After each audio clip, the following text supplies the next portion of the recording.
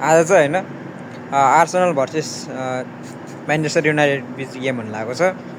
अब आर्सेनल भनेको चाहिँ अहिलेको चाहिँ एकदमै सबैभन्दा फर्ममा भएको टिम है, युरोप मध्येमा सबैभन्दा फर्ममा भएको टिम कुन हो भन्छन् भनेपछि आर्सेनल हो है त।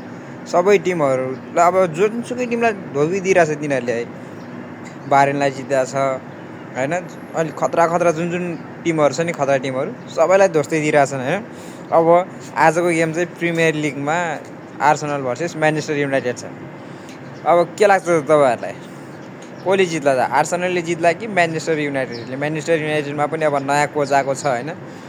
अस्ति सिटीलाई बिचरै बनाइहाल्यो, त्यहाँ एक दुईचोटि टिकी टाकाहरू खेलेर मुसा जस्तै बनाएको थियो सिटीलाई होइन।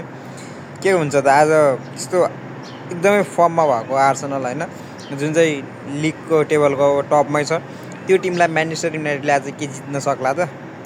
सक्छ कि सक्दैन? कमेन्ट गर्नुहोस् है त।